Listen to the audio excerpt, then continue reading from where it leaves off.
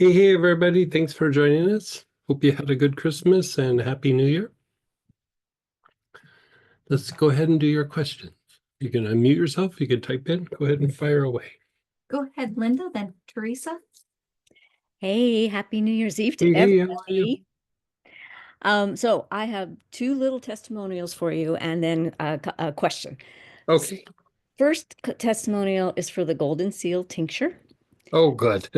Yeah. Oh my goodness, I've been using it on my jaws. I've been using it on my neck. I've been using it on my toe, on my big toe, where I have a bunion, and the hmm joint. Oh, Oh, that's a good application. I never would have thought of that. it's amazing. Yeah. I'm really, Yeah. really loving it. So Yeah. thank you for that. Yeah. It's such a good spot treatment for like where there needs to be a lot of quick lymphatic work done. And like as you're saying that, I was like, I have a couple pieces of my body I need to be putting that on as well. Like as you said, the thing with the toe, I was like, I think I have a part of my calf I need to do that on. Oh, yeah. Yeah. Yeah. I highly recommend it for everybody. It's great. Yeah, good. Um, Now, something I'm going to suggest maybe people don't experiment with, hmm and I'm curious to hear what you think of what I did. Um, so last night, there's a few of us who are doing the protocols from Healing with Light and Love, Okay. and last night we did the deep release one. Right. And when we were discussing the Delta one and what it was for, I hmm thought to myself, "Ooh, that would be interesting to put in my diffuser and have it on as I'm sleeping tonight." So I did that, and it wasn't really a great idea. Like, so what happened? I'm curious. I had the most strange dreams that were like, I really thought I was awake kind of dreams. hmm Wasn't awake, but I thought I was awake. Um, and then I woke up like every hour.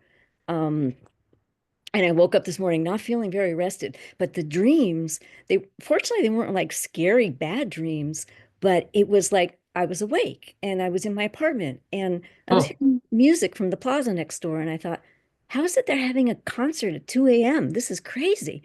And then there were people outside. And then I went outside in the front area, and the whole place was lit up with this beautiful starry night display. And anyway, but I kept thinking, I'm awake. I know I'm awake.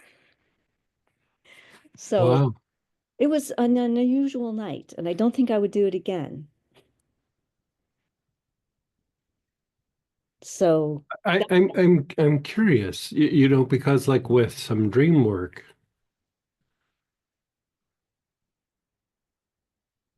wow, I never would have thought of that.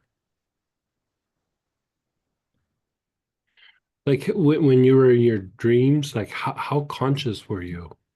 well, Like see, it like wasn't if in your dream could you go like I'm gonna look at my hands. no, like it wasn't like a lucid dream. Like, in a lucid Okay. dream, you're dreaming. I did Right. not know I was dreaming. I thought I Okay. was wide awake and that all this was going on in my apartment complex, and these people were Wow. out there and the cat was missing, and so it was like there wasn't even an issue about whether I could function or do things because I thought I was awake. Hmm. Yeah, I mean the thing with delta is it's the slowest brainwave. And so, it's usually like when the body's needing to repair itself, but like having that kind of psychological response or that sleep response. I'm gonna have to sit with that for a while. I mean, I find it really interesting. Like, a lot of I don't know. We've been doing and kind of using brainwaves like here and there for a while, but it's not like using other remedies and things.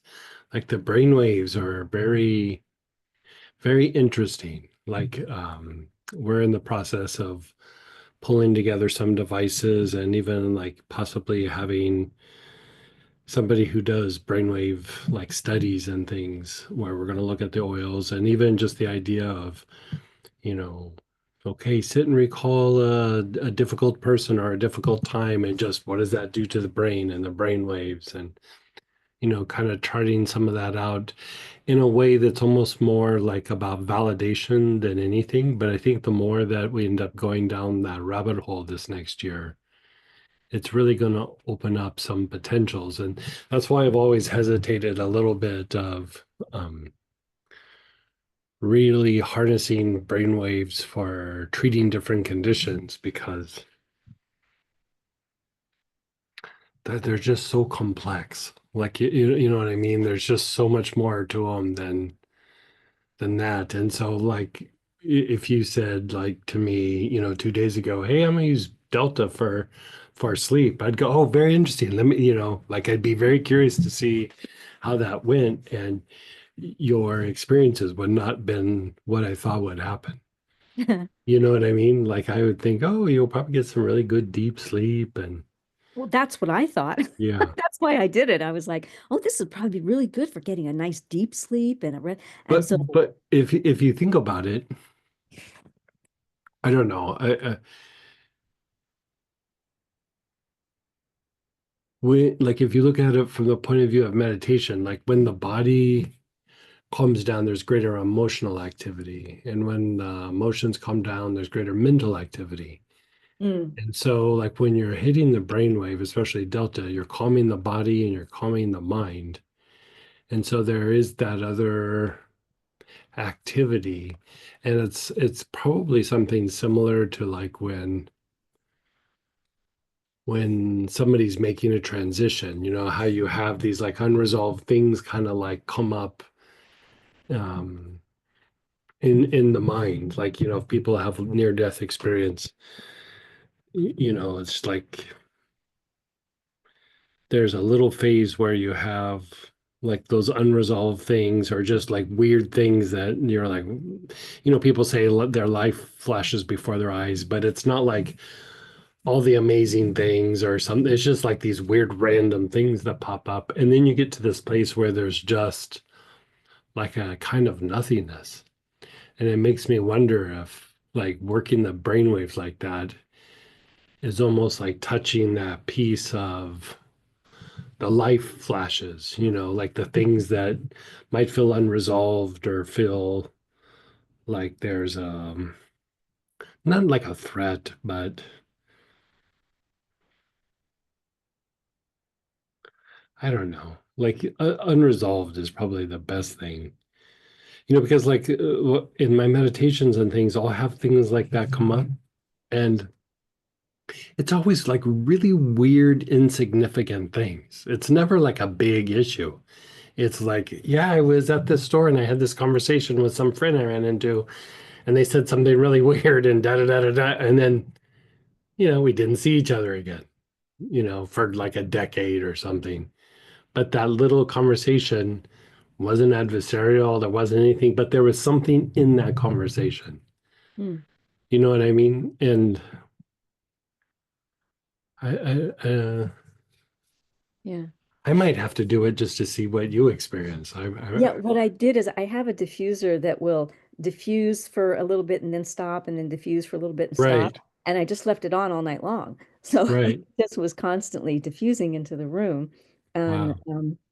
then one of the interesting things was in the earliest morning hours, I had another dream where I again, it felt like it was very real. I felt like I was a boy and I was with another young boy. We were probably in our teens. And and there was something about this young man that I just felt so, um, I just loved him so much. And he was just so kind and so beautiful. And I felt like my heart, we talk about that movement into the Hmm. innocent heart, right? And it was like when I woke up, I felt like I could feel that spot so clearly. And it was like this expanded sense of love for this other human being who was just, we were moving around and he was just interacting with people. And I was so moved to just be with him and near him and feel that love that he was emanating. That was really wonderful. And that was right before I woke up for the morning. It was very nice. Hmm.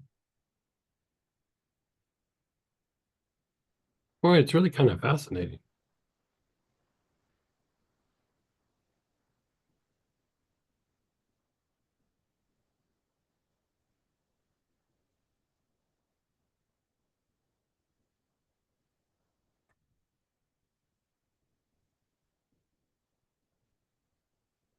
It looks like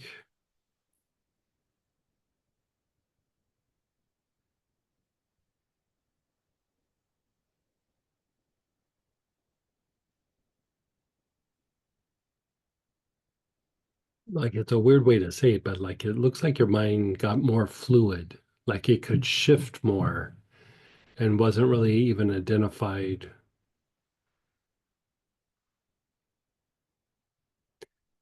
It wasn't even like identified with like the life. It was almost like trying on clothes at the store. Like, hey, what does this feel like? Hey, what does this feel like? Because that's even the idea of archetypes. Is like an archetype is almost like putting on a set of clothes that allows you to think and behave in a particular way. Hmm. You know what I mean? Like, and it sounds like you got really deep into that archetypal kind of part of the mind where why it would be teenage boys. That's interesting. Yeah, I don't know. Yeah. I might have to do an experiment myself. Oh, yeah. Well, and since you're not saying to me, "Oh my goodness, you should never have done that," No, maybe I'll like, do it again. yeah, I always don't like it when you get like a poor night's sleep or something, Yeah. but at the same time, sometimes more things happen in our sleep than they do when we're awake. Yeah. And so there's some processing, you're able to touch things sometimes more in sleep time than you are during the day. And it's like it goes to that point of like the assemblage point where the assemblage point is like this perception that kind of shifts around and like it's like you can only see so much and perceive so much, but what happens sometimes instead of just always being like this, it kind of bounces around Hmm. and it shifts your perceptions quite substantially. And it kind of sounds, that's what I kind of meant like when the mine seemed more fluid. It sounds like the assemblage point was shifting around, because that's like you're accessing different pieces of yourself Hmm. when you're in that state. But a lot of times when you come back to your normal state, you can't hold on to 'em. Like, it's like a dream. Like you're like, oh, I had this experience, but it's kind of like you're trying to remember a dream where it's there, but it's not. But it sounds like it was very clear for you. Yeah, Yeah, because keep it it really warm. is more Keep like a waking eating. experience, you What's know. that? It's because it's more like a memory. It's more like a Yeah, waking yeah, experience. yeah, Hmm. yeah. Yeah. I mean, I can remember dreams from like 45 years ago. Like Hmm. it's like a thing that happened like, eighth grade or high school or something like, but it was just a dream, you know. Well, and it Yeah. was just one night. It wasn't even, but there was something impactful about that dream. Hmm. There's a bunch of dreams that I don't remember, but there's like certain times where there's dreams where it's like you had some experience or you had some sort of shift or process some piece of information that is significant. Yeah. Oh. Well, Yeah. okay. Keep Perhaps me I shall. posted. I will boldly go then. Yeah. Maybe we'll do it again. Okay. The next question I had is about Mhm. the cold flu antiviral product pack. Okay. Okay, so got that. Very excited to have that. Now my question is, how how do I know which oil to use in a given case? So let's say a friend I says, would rotate through all of them. They're very similar, and I even looked at like just blending the four of them together because if you look at it from a chemical point of view, they're different, but they all have like an aspect of the chemistry that's very similar. And so they are very synergistic with each other. and you know, blending them together seemed to diminish it rather than making it stronger. And so I would say just inhale and like rotate them. Like, you know, it could be in one sitting, or it could be like, okay, I'm going to do Naoli in the morning, I'm going to do Ravensara in the afternoon, and then, you know, I'm going to, you know, maybe do radiata, you know, eucalyptus radiata in the evening. Um, you know, take a little tea tree internal. The only one not to take internal would be the eucalyptus radiata. The other three you can do. And even if you took a little bit of radiata, it would be okay, but eucalyptus can get toxic with a big enough dosage. It has to be a really big dosage, but still, I just don't encourage people to do that. Mhm. But you know, you could rotate just apply, you know, applying them, and you know, the idea is that um, with like kind of a rotational effect is, you know, your body it constantly gets used to like whatever you're doing in repetition, and that can be good sometimes, but there's times where you just want to kind of keep mixing it up a little bit. And whenever you're dealing with the immune system, you are dealing with a system that has a bit of a memory. And so, you know, there's things that you want to do, but at the same time, it doesn't have to be super like regulated or something. You know, you have things that are in that vein, and you just can kind of rotate them. Like if your energy levels are a little low, Ravensara or Naoli might work a little bit better. But at the same time, you'll notice like you inhale them, and even though they might be strengthening and increasing your energy levels, at the same time, they might relax you and make you feel a little sleepy. And so you know, you're regulating the immune system, and you're regulating some of the defense mechanisms in the body. And so there might be times where it increases your energy level, but at the same time, it might even make you a little sleepy. And so the goal there is to keep the immune system up, and you know, we're out of the times where the COVID was so bad. But now you still have you know, you still have the flus that come around every year, and they're you know, mutate all the time.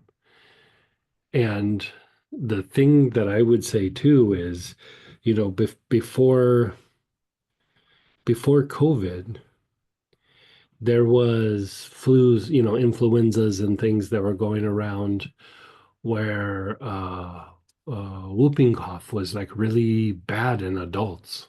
And like the year before COVID happened, um, people were getting uh, there was an increase in numbers of whooping cough, and there was in adults, and there was an increase of a thing called croup, which is Mm. like your air passage just like tightens up and shrinks. And so it's like almost like the air supply gets like starts to get cut off. Not because you have mucus in your lungs, it's just literally the diameter of it like shrinks. And that was really bad that year before COVID happened. And you know, I was just reading some information about this like cold and flu influenza season, and that whooping cough thing is coming around again. Mhm. And you know, those oils in that pack all kind of address the, you know, it's not maybe the best thing for the croup, but like croup wasn't really coming up, so that pack is really good for, you know, anything that's viral, any version of a flu, you know, cold and flu. But also if you're trying to treat like and prevent whooping cough or anything like that in an adult, like that would be kind of the go-to pack, you know. And so I would just say inhale a little bit on your skin from time to time, maybe an occasional salt bath, you know, going back to the diffuser thing, you know, you can diffuse it. Um, you know, do some version of that and just kind of keep rotating them. So if somebody's having symptoms like that, just get them started I doing. would just have them inhale and then rotate. Okay, all right. Is there Yeah. any concern about if somebody's on medications, blood pressure medications No, or anything like no, that? and it no, and even like radiata is gentle enough to where, most like the Eucalyptus globulus, which is like the normal eucalyptus, is way too strong for kids, but radiata is so gentle that you could even use it on children, like little kids. Okay. And for adults, taking it not that one internally, but the other three internally. Yeah, like two or three I- drops. I yeah, mean, even if you needed to go bigger, yeah, like if somebody was in the middle of getting sick. yeah. I mean, I do 3 drops maybe every 4, 6 hours. Like Okay. one of the things that I have people do for urinary tract infections is have them take like 2 or 3 drops of tea tree every 4 hours for Mhm, like several days. And it mhm, usually will knock out the urinary tract infection. mhm, And so if you're dealing with like a cold or flu situation, every 4 or 6 hours, I would say do it. mhm. Yeah, I've used tea tree like that for myself, both for Yeah, urinary tract and also just if I feel something coming on, I just take a yeah, couple totally. drops. And boy, Yeah, it knocks it out. yeah, it's really good. It Yeah. tastes All, terrible. all of those are really like they're really potent for like cold flu, bacterial infections, and you know, like if we knew specifics of a like a bacterial infection or something, there might be something a little bit more potent, but all of those stand out. Hmm. Awesome. Well, thank you so much for the gift of it, My pleasure. and have a wonderful New Year's Eve, and we'll You talk too, next you year. too. Yeah. Okay. And then go ahead, Teresa, then Robert. Hey, Teresa. Hello. Um, so where do I start? I have like two different types of questions, but the first one was related to Rosewood Oh yeah. and a Uh, protocol for Rosewood and are really around soul retrieval. I've probably just been following what I need to use around that. mhm. Um, because I was called to get it and I had a bath and I guess kind of like Linda too. I've had some pretty wild interesting dreams in the last 2 nights. And I think it's just unresolved issues and processing things and Sure, collecting pieces of myself. sure, yeah. So I'm wondering if there's a bit more that I could do consciously with Rosewood. And just because you feel drawn to Rosewood, or Yes, it just said, you need me, start you working need, with me. okay, well, let me look up Rosewood here.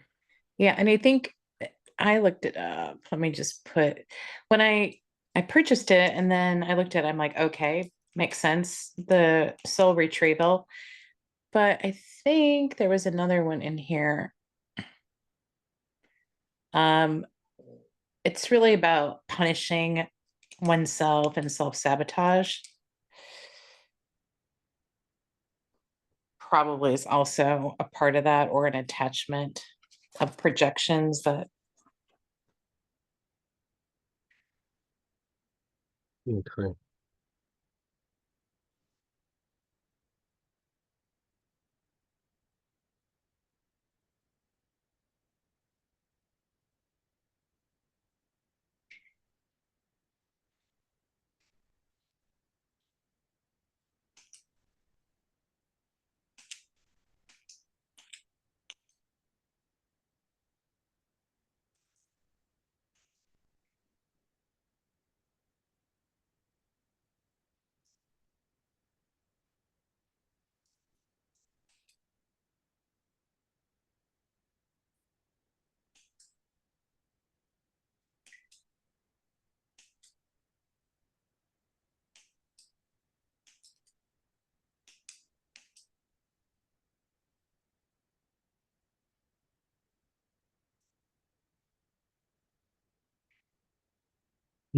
Okay. Let me just look at you here. okay.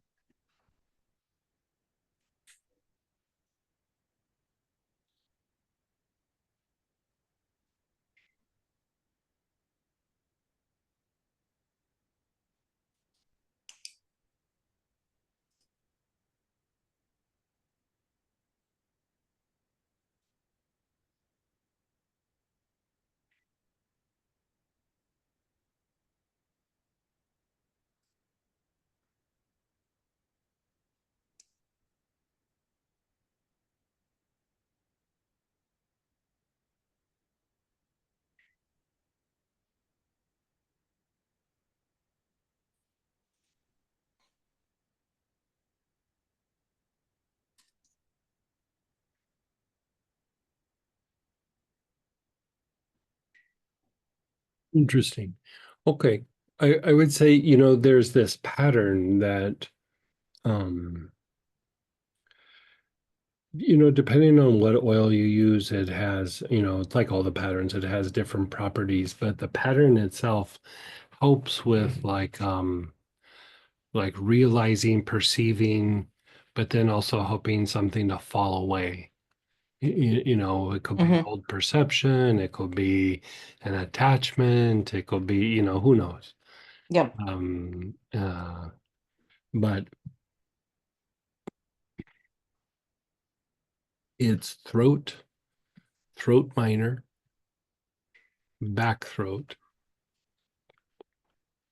and then jaws, temples, back head, and then forehead.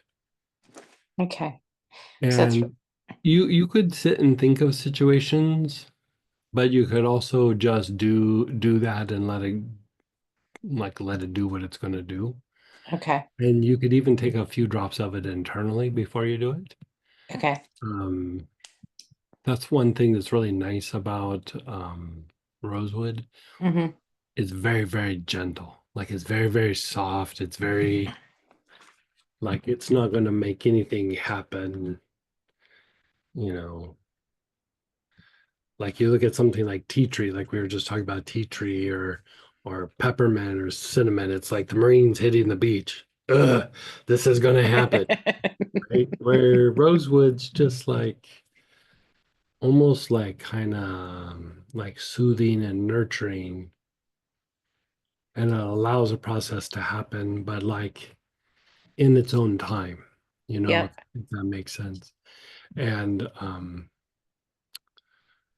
uh, I like that pattern for you, like because like what they call soul retrieval is really like fractured piece.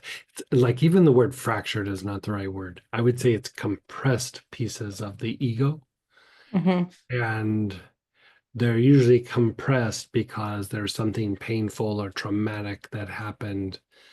And even if, you go through and you do like, say, release work on traumas and things like that, you kind of release things that are in your awareness, but in these compressed pieces, it's like it's not able to access that. And so what Hmm. happens sometimes is you'll be fine and then you step into that piece and it's almost like you forget who you are a little bit and you're just in that piece.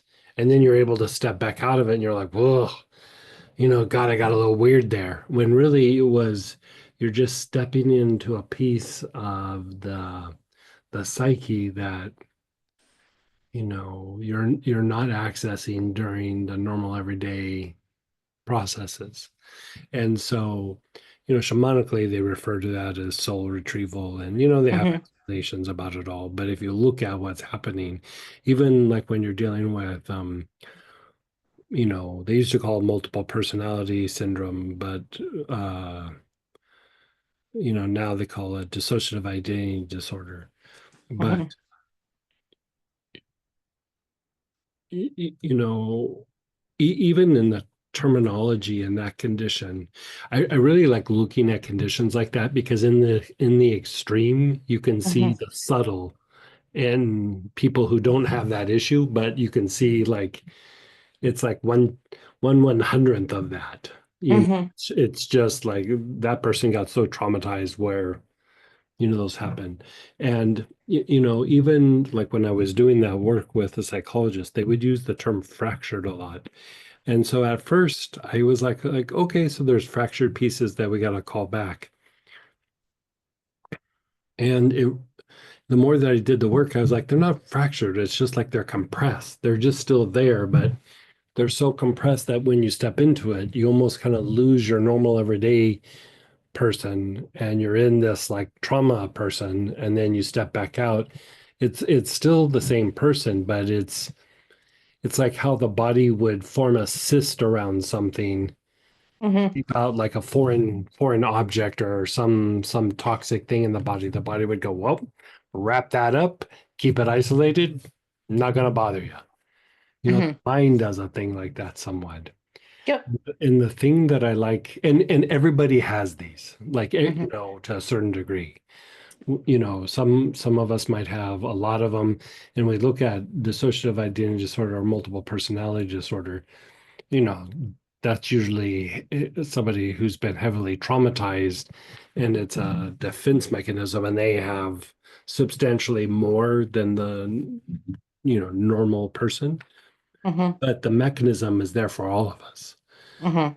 And so, you know, in like tantric Buddhism, you know, there's like this saying to wake up like while you're awake, to wake up from the dream, or the dream within the dream within the dream within the dream, Mhm. you know. And what that's talking about is actually these little like compressed pieces, you know, because Mhm. they affect you. It's just you're not always able to access them. Yep. Totally makes sense, or aware. And the thing Yeah. that I like about something like Rosewood, it will be very gentle in accessing and integrating that. And if there's part of you is like, yeah, I'm not ready for that, the Rosewood would allow you to go, okay, I can do it when I'm ready. You know, Mhm. or you know, and it would be on a very almost like unconscious level that you would engage it or hold back or whatever. But you know, there are some oils and some healing modalities where it's like what we were saying before. No, this is going to happen. It's going to happen right now. You're going to have Mhm. to make your peace with it. And you know, that's the thing with trauma. Like, is you want to be able to process that, but you also want to be able to not make it worse. You know, and when I would work with other healers or psychologists, that like they get weirdly aggressive about trauma sometimes, about getting the person to access it. And I was like, the goal is not to traumatize this person in treating trauma. Like, you know, you let them set their own pace, you know. And I go back to, there was this really nice lady that I think I treated her like 6 years, like every week for 6 years before she was like ready to go. Okay, I'm ready to start addressing some of these traumas from my past. And had I pushed her at any point prior to that, she would have never addressed it.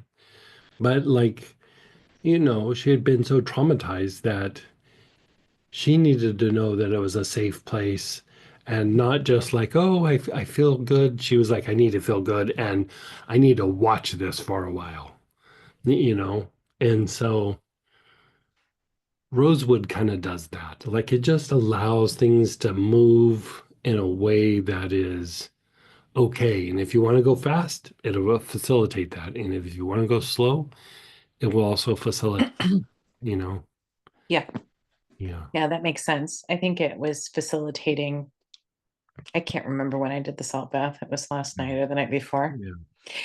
And I kind of, Rosewood's very nice. Like, you know, it's yeah. unfortunate, you know, and this is a resource of the Rosewood where it's like, you know, where they said it's sustainable because it actually became endangered. But you know, this is like something that's been cultivated, and you know, it's made for, you know, oils and things like that. So there's not very much of like true rosewood floating around very much anymore. But even in like in Buddhist practices, um, there are certain things that you do where you use a rosewood mala. Like, you know, Mm, it's the same idea. Like you're doing something very gentle, but like you're generating movement, but it's almost like you're being soothed as you're moving through something both at the same time, mhm. you know. I love that. Yeah, I love rosewood. Like I back about 20 years ago, man, I was just it was like rosewood was like a new friend or new girlfriend or something. Like, and another thing about rosewood, like, you know, I was just always talking about rosewood. Yeah. Yeah. Well, But it's it's just because it's understandable. so nice and gentle. Like it's just it gets the job done, but it does it in such a gentle way. Yeah. Would that be good as a body tonic as well? Yeah, you could do it as a body tonic. You could do it. I mean, it's good for like some kinds of bacterial infections, Mm-hmm. and how like sometimes like in older people they'll get like infections in the groin area, like Mm-hmm. everything gets kind of raw and stuff and inflamed. Rosewood is so gentle that you can mix it with water and then just have them like pour it over that area, and it won't Mm-hmm. irritate or inflame it. I mean, it's super, super, super gentle. Wow. And so, and it still has that antibacterial effect. Hmm. I would say that like if I was trying to use it for trying to prevent colds and flus, it wouldn't be like tough enough for that. But for just like psychological healing and bacterial things, and Mm-hmm.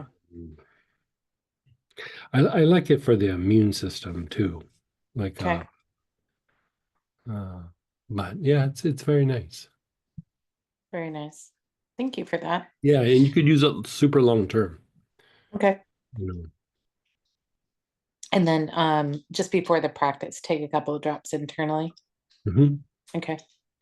I mean, you Um, could take a couple drops internally 2 or 3 times a day, but like definitely okay. practice. Yeah. Yeah. Oh, that sounds great. Um, I don't know enough about rosewood other than I love the smell. Is it a plant or is it actually a part of a tree? Yeah, I think it's a shrub if I remember right. Let me look that up.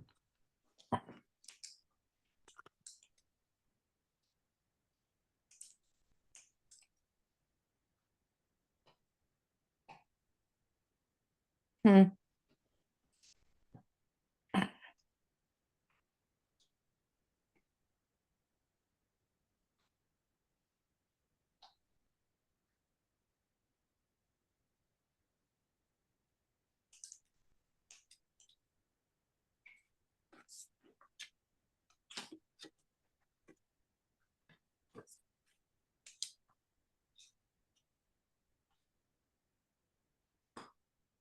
Yeah.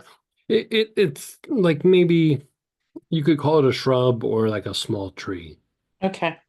Yeah. Right. It is an evergreen tree though. Oh, wow. Of Yeah, course it I is. wouldn't have guessed that. I'm sitting in evergreen country. Yeah.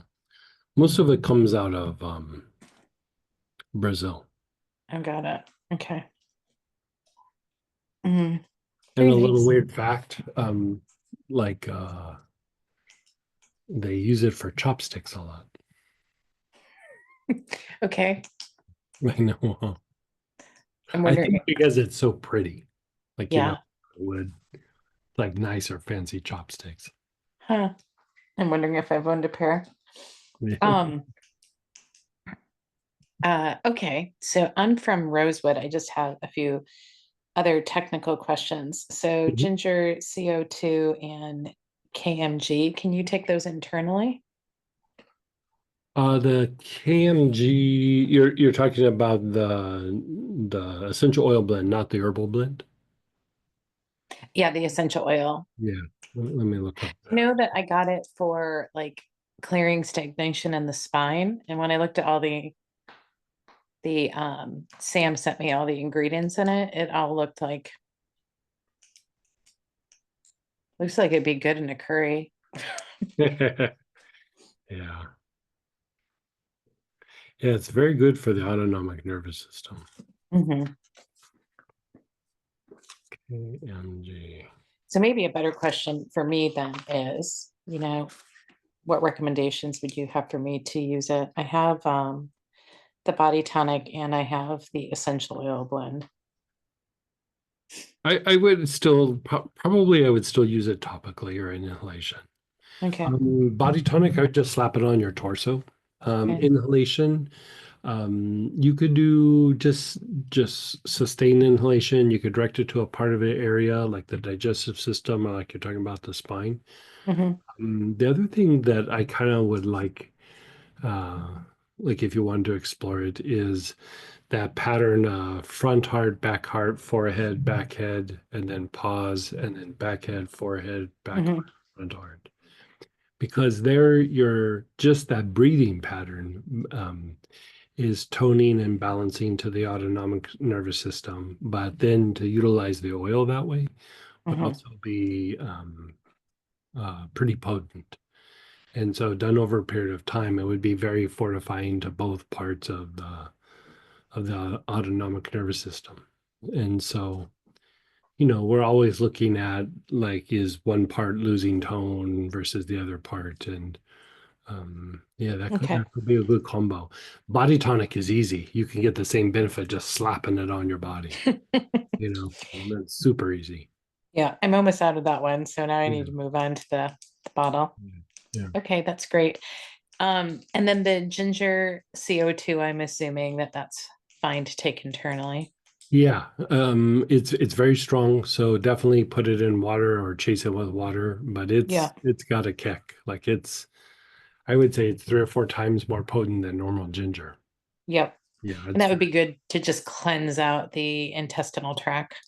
good for, yeah, general tonic and working with the digestive tract, good for reducing inflammation, good for the brain, good for the joints. Okay. Ginger is good for so many things. Plus, it also helps with like the cycles of the body and things like that.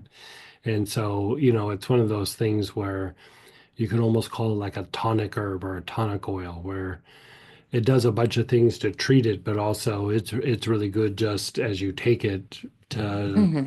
just ensure that the body is functioning as properly as possible. Yeah. And so, yeah, ginger's always good for that. Yeah. Yeah, I kind of thought it would be a good like body reboot. Yeah. There's a thing that where they talk about like the vital centers in the body, or Hmm. sometimes they'll use the term neuro vegetable system, which is again going back to like the autonomic nervous system as it's functioning like in the gut and things, because they call it neural vegetable because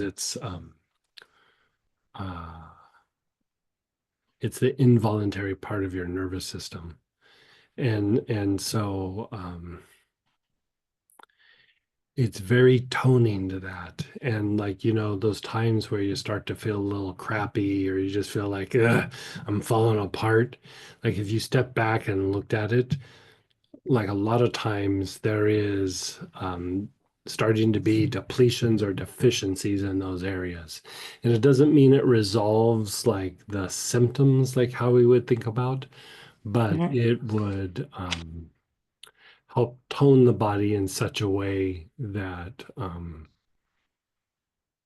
the body functions better, but your body comes out of the downward spiral and is actually, you know, balancing itself or improving itself.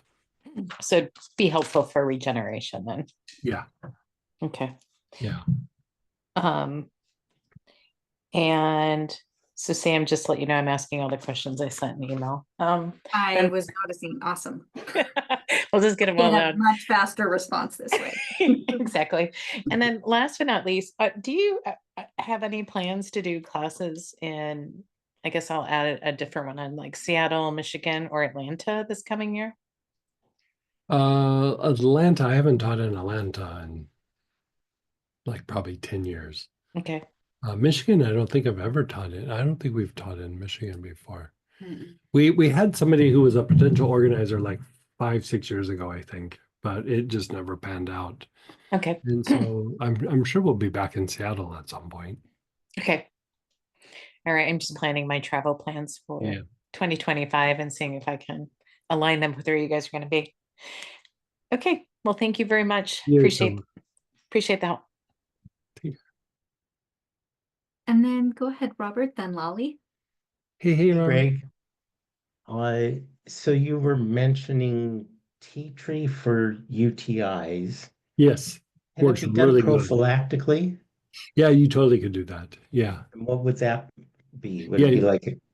Same thing, 3 drops every 6 hours? Like for prevention, you probably could get away with like maybe once a day or twice a day. But like if the person's really prone to Yes. UTIs, soon as they start to see signs, like every 4 to 6 hours. I mean, I would do it. Like if they're really bad, really chronic, every 4 hours. If it's not too bad, about every 6 hours or so. Yeah, Okay. it works really well. I've also Okay. used it for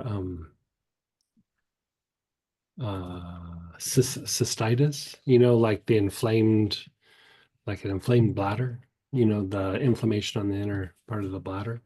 And it works relatively well for that as well. The thing with the cystitis is the urine keeps irritating the lining. And so it Mm, takes a little while, but it still works. People have had cystitis sometimes for a really long time, and then you start to use that, and it calms it down kind of quickly. But I still say you keep using it for a little while until it's really gone. But if you okay. wanted to use it for just UTIs and prevention, you could probably get away with once a day or something. Okay. And along the same vein, I was looking at Auric programming for urinary tract infections, and 3 oils came up, ANS support, immune support, and nerve help. Mhm. So I was thinking giving this So yeah, person, do that stack and then still, yeah, yeah. so do both. Okay, Yeah. good. That was number one. Number two, I received my personal blend, the Robert blend. Thank Oh you yeah. very much. I appreciate it. Yeah, good, good. And I have been doing the sustained inhalation with the pattern on the card, the hard forehead, backhead, and then the Right. combination. And there's one thing I've noticed is every time that I sit down to do that pattern and I get to the heart, I start crying. And Hmm. I don't think of it as a bad thing. Does it feel like sad crying or? No, it feels Yeah. like being home or Yeah. comfort or just being. Yeah. Like there isn't a purpose. I just simply am. Right. And that's very different, very welcoming, inviting. Yeah, good. Like it keeps me coming back. At the moment, I have the bottle sitting on my desk, and I realize I should make a separate bottle for the desk and put this in the healing room so I have it when I meditate. Oh, there you go. And I've just been picking up and smelling it randomly. Yeah. It just smelling it is wonderful. Yeah. On the card, it talks about diffusers, body tonic ointment, salt bath, and incense. Is it possible to do an incense? Yeah, just let me know and I can make you a little small batch of incense for it. Okay, that might be good. I Yeah. there's times I don't want to pick up anything, but I don't have a place for the diffuser, but Right. incense would work good in this room. So, Yeah. Yeah, okay, well, that's all about, activating the heart seed. There's some things like when we're doing classes where like this is a universal thing, but that's about activating the heart seed specifically for you. And so, somebody else might like the sin, but it might not work for them. right. But for you, I'm both lucky and unlucky. I get to be alone in the house a lot of the day. oh yeah. So burning incense is no big deal. Oh, nice. Yeah. So thank you very much. You're I so welcome. appreciate it. It's wonderful. And for Good. those of you out there, I encourage you to get your personal blend when you can. Yeah. Yeah, it's kind of interesting, huh? It is. I am asking it for how to go deeper with it in a way that serves me. And I'm getting an answer. I don't know what it says or means yet, but Right. it's Well, just like a any time that the heart seed gets activated, there is like inner movement, movement of healing, a movement of, you could say a shift, but it's almost more like an alignment. Like, you're aligning with yourself to a better, higher degree, so that even like that thing with Sunday Sacred Space with like Astara, and we do that journey inward, that again is like increasing the alignment with your truer nature, and kind of shifting out of the conditioning and shifting out of the past, and like embracing something that's more of who you are rather than the need tos and the should haves, and I have to, and this is what people think of, like it's more just about you and your inward process. And uh, the mantra, I am that I am, Uh-huh. it feels one with that. It feels all together and part of it. Yeah. So thank you very much. Om Shanti can also be nice with that. Okay. Like when you get into that deeper place, you can just like Om Shanti, Shanti, Shanti, Om. And it just allows you to stay there longer or to go a little bit deeper. Okay. Great. Thank you very much. You're so welcome. And then go ahead, Lolly, then Ralph. Hey, Lolly. Hey. Hey, so are you back or you're still in Yeah, Israel? no, I came back earlier today. Yeah, it was way more challenging than I thought it would be. I don't even understand what happened. I got pretty sick a few days after I was there. Like my stomach was like all over the place. It was really weird because I don't usually get stomach issues. So I don't know if it was really exhaustion or stress or combination of everything. Maybe it was, I would guess yeah. that was a very stressful environment because of everything going on. Yeah. And like your family, just like being there had to be, So in a pool of stress, yeah, so it's a combination of the family and the situation over there, waking up in the middle of the night, running outside the room, and yeah. But Like I'll give you an example. Like, because that stuff really happens. Like, so, you know, many years ago, like every year I would go to the Philippines for a retreat. And we'd fly into Manila and then we'd get bused to whatever the location was. And, a lot of it was going through, areas that weren't very populated, they weren't big cities or something, so you're going through the countryside. And like 2 or 3 years in a row, we were at the same location, and it was about a 2-hour drive. And I could be awake, I could be asleep, and when we would hit this one section, um, I would almost like vomit. Like even if I was asleep, I would like wake up because like my stomach would go into a cramp, and I felt like I was just going to start, really throwing up bad. And then 5 minutes would go by and it would go away. And so, I didn't say anything about this. And then I remember like starting to hear people like, oh, yeah, during the drive, I'd start to feel sick. And so I started paying attention, and a bunch of us would all start feeling sick about the same time and then would pass about the same time. And who knows what went on in that area, but sometimes it's just the energy in the ground or the energy of the people, that they've gone through a difficult time, or whatever it is. And like what we were talking about when you were talking about going back in like July or whenever that was, I was like, ugh, that's going to be nuts, that's going to be crazy. And it looks better now than it did then, but still, yeah. you're basically going into a war zone. And so, it's calmed down somewhat, but still there, and still the effects of it there.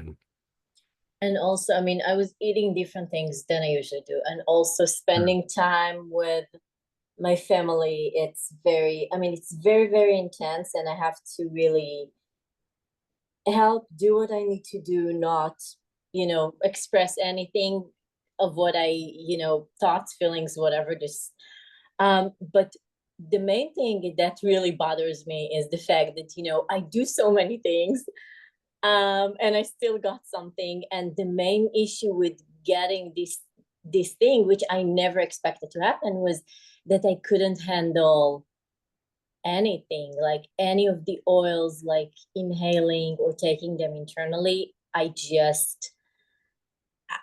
like nothing was, I wasn't able to do anything, because like I got like a reaction inside of just not, like I couldn't even process water. It was that bad for like a day. Yeah, I go back to the I was probably a byproduct of the environment. So okay. Yeah. So then what, I mean, I was sleeping more. I was doing a bunch of, you know, meditations and stuff.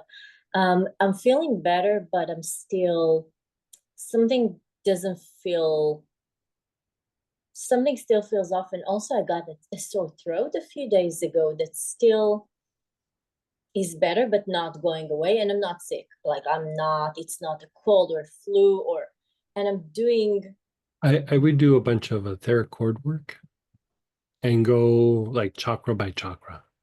okay. The only thing I was able to do daily was actually putting etheric cords premium on myself every day, a few times a day. I was really good about doing at least that. You know, because the thing is, it's not just the people that you interact with, but you're traveling. There's, you know, you go outside and you know, there's just, it's not even that people are upset at you. It's just interactions and attachments and things that stick. And so when you come out of a situation like that, you just got to decontaminate a little. Yeah. Also, another thing that was, I mean, a couple of the people I was with constantly, they have some major anger issues. Mhm. It's originally ADHD. I'm starting to think it might be honestly bipolar. It really, really intense. And so I'm fine. Like when I'm around them, I can keep myself calm. I'm collected. I'm really proud of myself that I can handle it. But at the same time, I don't know how much of it is actually affecting me in a way that I'm not even understanding. Yeah, that's possible. Yeah. Um, Again, I go back to the things that you know, like work some Melissa for a little while. You know, if you have that blend delay out of the Yeah. vibrational class, you know, work that a little bit. You know, just flush things out of you. You know, because like back when you were talking about going back in July, I was like, oh, that might not be a good idea. You know, part of it was this kind of stuff, and Yeah. so, you know, it's like you go outside and you play in the garden, you get all dirty and muddy. You know, you don't stay out of the garden because you're going to get dirty. It's like, okay, I know I'm going to get dirty. So when I come in, I'm going to shower and clean off. Yeah. Think about this. You know, there's times where, you know, situations that I might have to go into and I know I'm going to get gunked up. And when I get out, it's just like I'm, you know, part of the agenda when I get out of there is gotta gotta decontaminate, gotta clean up and just you know, shake all of it off. And so it's just going to take you a little few days to shake it off somewhat. And really, when you have a situation, because you know, usually I work with spikenard, I do that like as a regular practice, and I couldn't even do that for a few days. I put that on my feet, but I did what I could within my limit, and I had a Like, bunch of oils. but if you think Yeah. about like being in an environment where like there's that much stress, like the more you clean up, the more that your aura expands and the better your chakras function and pump. And so you're kicking off dirty energy, but then you're absorbing energy from the environment. Yeah. And you know, sometimes that is actually can be a little bit counterproductive because you're just absorbing more of the stress in the environment. And so, you know, there's these stories like where, you know, these very developed, you know, yogis or, you know, swamis or, you know, whatever you want to call them, would be up on the mountaintop isolated and, you know, doing their practices and being very vegetarian and then, you know, it's like, hey, I gotta go into town and do things. And when they would go into town, they would eat meat and smoke cigarettes. And then when they get back up to the mountaintop, all of that stuff would stop. And, they'd spend a few days, cleaning up from all that. And the reason was that they would be so sensitive that they would eat meat and smoke cigarettes to lower their vibration so that it was not debilitating while they're in the town. And then when they'd go back up, they'd clean up after that. And so, that's part of the issue when you clean up and you do practices and you do meditation, you do healing, and sometimes when you get in certain environments, your energy body's bigger and the chakras function more, and for a lot of things that's helpful.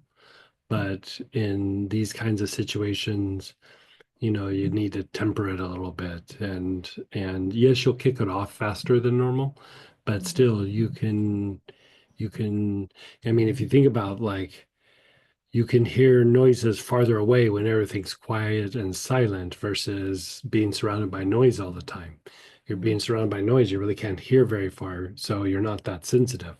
But when everything's calm, you can feel the littlest ripples in the water, and you can feel or hear the sounds at a great distance. And when you've established like greater levels of stillness, it doesn't mean all of that stuff goes away. It just, you become more sensitive to it in the environment as well. And, it's how you adjust yourself and keep yourself out of some situations and are drawn to other situations. But at the same time, you get into like a negative or stressful situation where I can't even imagine the stress levels over there. I can't even imagine. Um, And it's even, the issues with, and that's the thing, like the people like in my family, even without what's going on over there, they'll still be the same. yeah. That just exaggerates things. Well, yes. yeah, there's the family thing too. Yeah. Yeah, I hear you on that one. Yeah, but still that environment, like, it's like walking into an office where everybody's super stressed out times like 5,000, probably 50,000. Like, it's just, you know, because it's not just the two sides, it's the whole world is watching too. Yeah.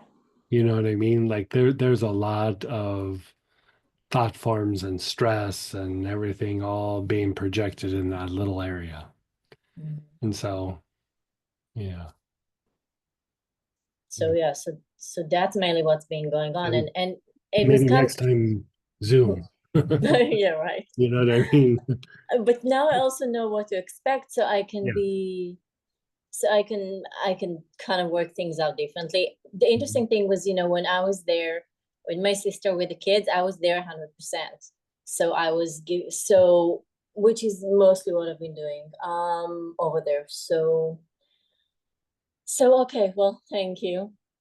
And then the other couple of things I wanted to check. So I worked actually with the lavender that comes in the kids, the what is it, infants kit, malleate, is that how you say it?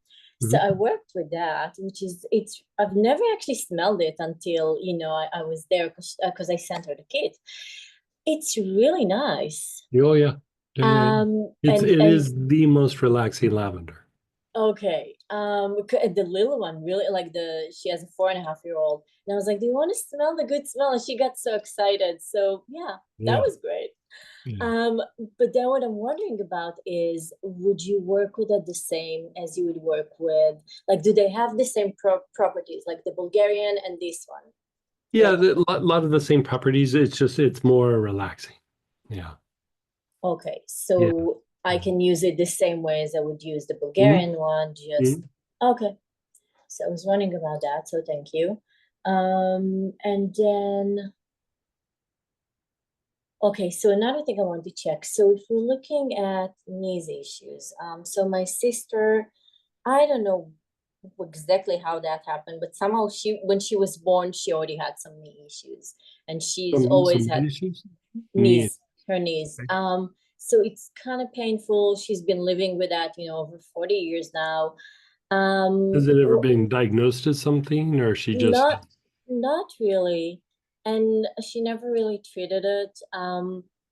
The way she so described. when you say knee issues, like what's the issue like? So basically, it's painful. Sometimes it's more, and it's mainly the left knee on the top towards the inside, and then under the kneecap. When you say on the top, like above the kneecap? Yes. Okay. So the upper part of the kneecap towards the inside, and then the bottom of the kneecap. Hmm. And yeah, and so I'm wondering, I'm not sure even what it is and what's the best way. So, like when you're looking at that is actually more like a quadriceps issue than it is a knee issue. Like the manifestation is in the knee, but you have, you have that big muscle group that runs down the front of the leg, and then it wraps around the kneecap, and then it comes down and forms that patellar tendon, that tendon that's below the kneecap. And then that side, like the inside, um, uh, when there's like tension or trigger points in that area, it causes an abnormal amount of pressure and tension on the ACL, that ligament that's in the inside of the knee. And that actually can even be a precursor to tear or rupture of that particular tendon. And so, it takes a long time. And usually for most people, it would happen like with like sports, like if they were skiers or something like that, or if they were carrying something real heavy and they were needing to flex their legs to stabilize their knees and things. Um, and so you want to use things that are like, I would go back and forth between things that are antispasmodic and then things that are for lymph, like lymphatic movement. So reduce the tension in the whole leg. Like it's probably the bottom third of the leg, but I would treat it from like the top of the leg all the way down to the knee itself. Like with body tonics or ointments, and then dig the fingers in on that area on the inside of the lower thigh up. It's like there's this little triangle muscle, part of the quad, that you dig your fingers in, you just kind of find the sore spots and you just kind of rub that area a little bit with your fingertips. Like you just kind of keep going back and forth with friction massage. And you know, that should help that quite a bit. So the issue could be that who knows? It could be the way, if she had that ever since she was a little kid, could be the way that she crawled, it could be the way she was in the womb, could be all kinds of things. But that is a soft tissue issue. Now, so then alternating between, so would you do like something like pain soothe, or would you do something Yeah, like joint relief? you could do pain soothe, you could do marjoram, you could do lymphatic blend, you could do helichrysum might be a little pricey, but like helichrysum could be thrown in that mix, things of that nature.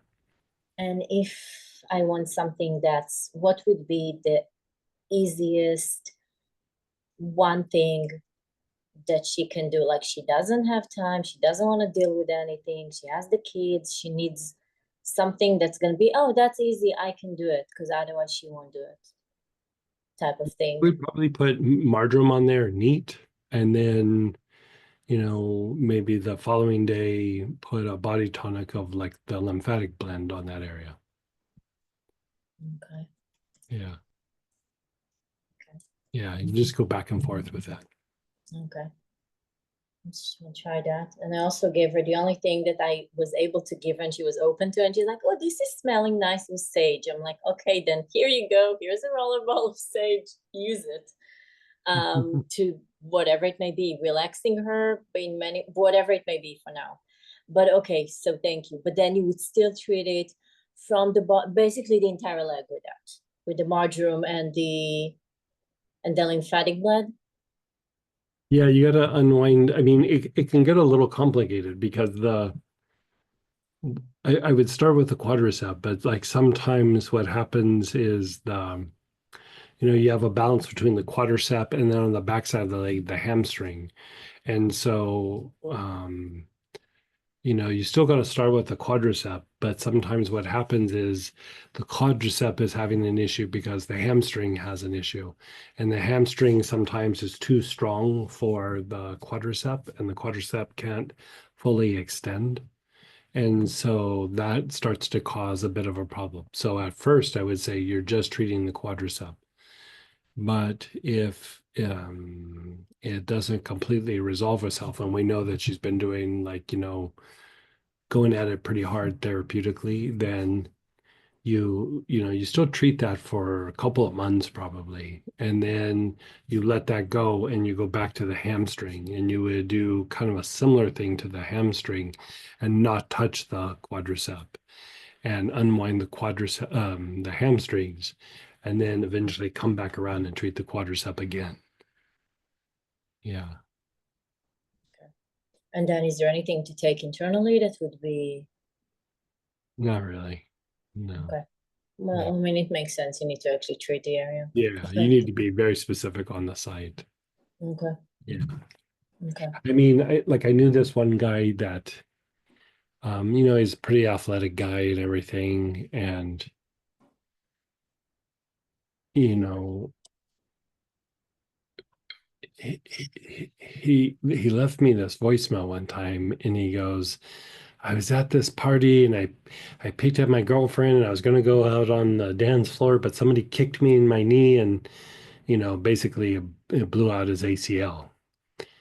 And so, we played phone tag for a little while. And finally I was like, wow, who came up and kicked you while you were carrying somebody? And he goes, nobody, but it just felt like that. Somebody energetically kicked me. And I was like, no, it's the medial part of the quadricep. Like, if you've ever been going downstairs and your knee buckles, that is that muscle. And what's starting to happen is it's starting to put pressure and tension on that ACL, that ligament. And if left untreated, given the right circumstance, that can actually blow out the ACL. And so it's usually extreme. Like again, I go back to it's usually sports or somebody who's is lifting a lot and having to stabilize their body, maybe going up and down stairs or climbing up a mountain or a grade of some sort. But one of the indicators is you make sure that that person's not having their knee buckle a lot, or even just once is enough. Where you go, like, you ever just feel like your knee goes out just for a second? It's working its way to eventually causing harm to that ACL. Okay. Yeah. Thank you. Yeah. Thank you. Thank you. You're so welcome. And then go ahead, Ralph and Megan. Hey, Ralph. Hey, Greg. I need to get some lavender, and I looked on the website, and there's a dizzying selection of lavenders nowadays. Yeah. So I need some good old lavender for, closing up my wounds and putting out open things and smelling good. I would keep that really simple. I'd either go like Bulgarian or French. Okay. Yeah. The other ones, it's a little bit like wine, like, oh, this is the high altitude from 2010 and, Oh, yeah. but Bulgarian and French are both workhorses.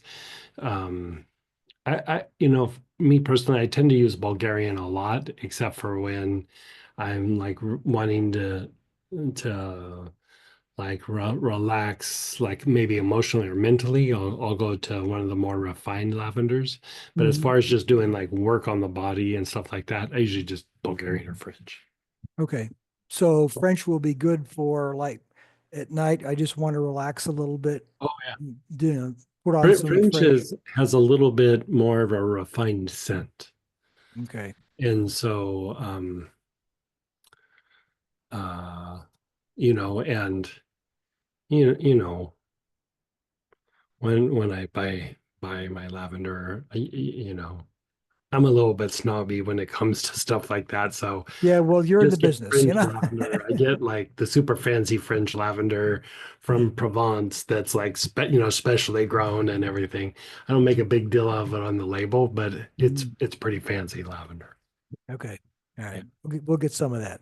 Yeah. A couple weeks ago, you gave us this really interesting Mudra I've been playing with, Hmm. including when my ego mind wants to start going off while I'm doing the four quadrants.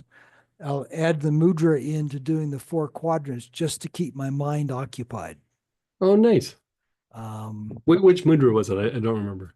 that was the holding on to the dorje without the dorje. Oh, yeah, like that. Yeah. Mm-hmm. Yeah, Yep. yeah.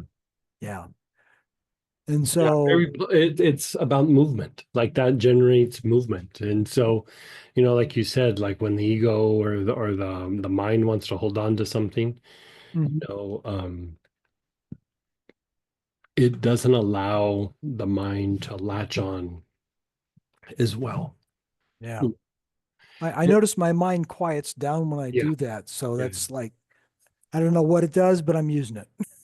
Intuitive movement, but like also, it's activating to the heart seed, and you know, I can remember hearing, boy, it was just about a week ago or a couple of days ago, that guy Krishnamurti. Mhm. You know? So somebody asked him, "What do you think about the Buddha?" And he goes, "I don't think about the Buddha." And everybody kind of chuckled. And he goes, "When you're in a place of love, there are no thoughts. So I don't think about the Buddha. I love the Buddha." And, you know, that idea of like when we're generating movement, you're going into more of an intuitive place, but that is like also the heart, the high heart. And part of why your mind goes quiet is you're going into a place of providence and stability, and you're starting to touch like that divine love part. And in that, the mind goes quiet. The mind, those thoughts kind of fall away. And it doesn't mean that they won't pop back up again, but if you do it enough, even when they pop up, they seem like this rather than like this. Yeah. It's And like somebody turned down the volume. yeah, exactly. Yeah. And so, like sometimes I'll catch myself like kind of grinding on some situation or whatever. And I'm just like, ugh. And then, I'll sit there and I'll either put my awareness on a heart. Sometimes I'll use a mudra or sometimes I'll do a mantra. And then I'll do it for like 10 or 15 minutes. I was like, God, what was I all wound up about? Because like I can't remember. Like, and then I have to go, oh yeah, it was that. And then when I recall it, it seems so insignificant at the time. But in the moment, oh God, it just seemed it was like all or nothing. Mhm. And, you know, that ability to do that is you're just shifting out of repetition and you're going to like more spontaneous movement, which, it's the forehead, it's the crown, it's the heart. And so, you know, I go back to like somebody asking the Dalai Lama, "Do you ever grind on things? Do you ever get angry?" And he looked at the person like they're crazy. He goes, "Oh, yeah, totally. Like, yeah." He said, even almost every day. He goes, "But it doesn't last. Like, it only lasts for like a minute and then it passes." And, we all have the potential for those things to happen. But if we can step out of it and generate that movement, it doesn't like, it doesn't stall us. It doesn't, make us stand still and like just keep grinding on that. It keeps that movement happening. And, you know, I would love it if it never happened, but it happens. And to take it a step further, there's shamanic practices and there's Buddhist practices where when you reach a certain state, a certain state or level of peace, you intentionally put yourself into difficult situations so that you can calm yourself. I mean, you just go down and have a sit at the DMV and watch. Right, exactly. Yeah, that was Imajo's take. Okay, your heart's open, it's really big, you think you really got this. Let's get in the car and go down to the DMV. And it's funny, but it's super practical. And I was just talking with one of my Buddhist friends who used to be a lama, and whenever we start talking and it's been more than 5 or 10 minutes, we go into, because it's an aspect of tantric practices where you don't avoid the difficult situations, or uncomfortable situations, you engage them, and then you try to find your nature or peace or whatever it is you want to call it in those situations. And by doing that, you're like destroying the ego, or you're diminishing the ego. And same idea with what you're doing. Like, if you have things in your day that do that, you'll notice like, well, I'm going to try to avoid these things, but a lot of times you're having to deal with something. And so you go, okay, I'm going to deal with this, but when it comes up, I'm going to go to my practice so that I can let it pass and I can do these difficult things that I wouldn't do otherwise. And after a while, it just becomes like a form of transmutation or transformation that, um, uh, it almost becomes like a practice unto itself. And in the shamanic traditions, they would do things like that, where you engage a difficult person, but you try to keep yourself in like a non-reactive place and almost like make it like you're playing with the person, even though they're being super obnoxious.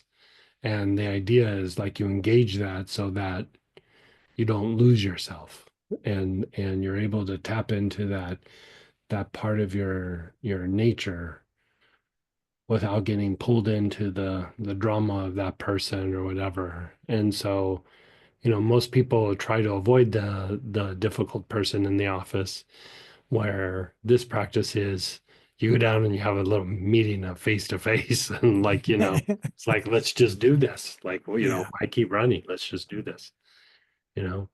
And so, you know, for most of us, we don't have to go seek those things out. Usually they present themselves in normal everyday life, be it work or family, or, something going on when you're out in public or something, there's always something. And to be able to, like you said, use the mudra, use breathing, putting your awareness on the heart. Um, there's all different ways of doing it. And you know, I would say explore those different things, but if a mudra is working for you right now, I'd work it. Okay.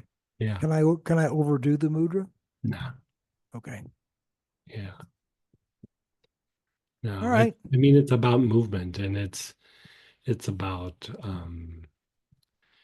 part of what it's doing is it's activating the heart seed. And anytime the heart and the heart seed get really kind of stimulated, it generates a movement. And so yeah, I mean, I think that's always good. Excellent. Thank Yeah. you. And then go ahead, Megan, and then we have chat questions too. Hey, Megan. Hey, Greg. So I'm hoping to, keep just kind of getting more like guidance or intuition just from my own Mhm. soul and like what direction I should take. And I'm just in contemplating, why I don't seem to have a lot of access. I think the reason or one of them is I am like afraid of what the answer would be. Like I don't want bad news. I don't want like um something that I don't want to hear. Like I just worry like my future is, not what I want or negative or something. So I think maybe I need something to like heal that type of fear. Like at the end of the Angels of Regeneration class, you're saying how the mind, is just supposed to be under control of the soul, but instead it just goes off on its own things and, fear. Yeah, somehow it became the master. Yeah. Like it's an interesting thing. Yeah, I hear you on that.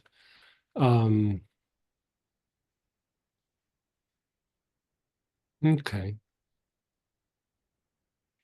So like is this happening when certain things are happening, or is this just like as you're sitting down doing your practice, this kind of happens? I've always I just have this really long-term hang up about like feeling successful, being successful. Like probably my biggest fear is just being a housewife, which is basically already happened, so I shouldn't have anything to fear. But I still am afraid like I'm gonna get information and it's gonna be like, your purpose is just to be a housewife forever. You're just gonna be at home and you're just gonna bake bread. So I think I'm like What sort of kind shutting. of bread? That could be very cool. Look, if someone Are will we buy talking my just white bread, bread? Are we talking about like sourdough or pumpernickel or I can learn anything. My cooking skills are pretty good now that I've been a housewife for a while, but but I want a business. I want some moolah. I'll buy your You don't have bread. to, you don't have to buy my bread. okay, so it's about like kind of going in direction of your like work life kind of. Yeah, it's work life.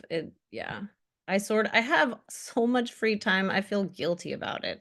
Because you know how my business is doing, which is it's not really there right now. And then everyone's busy and everyone's tired. And I'm like, I have time to learn crocheting, but I want to work. I don't know what to do though. And I'm just afraid I have barked up the wrong tree in so many bad directions and wasted so much time and money in my life. And so I'm thinking about my goals and I'm like, I have some great ideas. Well, I always have great ideas and they always end up being stupid ideas. And I don't want to do any more great ideas. I just want to know like what I'm supposed to do and just get the right answer just for once. Well, I would say that sometimes when we do this, especially like when we're thinking about, oh, I'd like this to happen, or this for the future, we think about it as like a thing that we're trying to do, and there's almost like a separation between us and what it is. And I would say any time where you're moving in the direction of something where you're looking for it to be like a livelihood, or some sort of outer expression like that, it's a lot of little movements. It's a lot of little movements. It's not like you have to get up at an idea then go, oh, I'm going to execute this. It could be just like little movements over a period of time. And the idea would be progress, not perfection. When we come at it from the idea of, I need to do this to make this happen, like it needs to be perfect, or it needs to, you know, mm, be what we think it is, because that's the thing too. The mind, everybody's mind always has the potential of like impersonating what we want or what we think. I've caught myself doing that, not so much now, but like it wasn't that long ago, um, where like it's like this is what I think I should be doing, and I was really kind of impersonating it. Like it wasn't. I was doing all the right things. I was going through all the right steps, but there were big pieces of me internally that were not engaged. Yeah. You know what I mean? And if you're really looking for like soul purpose, or like accessing, more of springing forth of who you are. It's going to be more about doing those things from like a genuine place rather than I should be doing this or I should be doing that. And, at first you'll be like, it feels like I have no direction. But then 6 months you look back and you go, oh, I used to be over here, over there. And now I'm in the middle of doing this process. Like I go back to myself when I first started doing healing, I was in my early 20s, I think, like 20, 23. And I got some training, and in my head, I thought it was going to be like a 9 to 5 job, and like this is going to be my career and this and that. And as I was going through and getting the training and everything, I was realizing, well, might not be like 9 to 5, but it'll be something. And then, I was in school for quite a while. And then, the instructor, I think there was me and maybe one other man, one other male, and everybody else was female. And the other guy dropped out during the class. And the instructor goes, yeah, we really don't see a lot of men in this field. They usually don't make it. And then even after they graduate, they don't make it. And I was like, well, you could have told me that in the beginning. Like, that was a weird thing to. And so, I'm sitting there looking at like, okay, so how do I make this work? How do I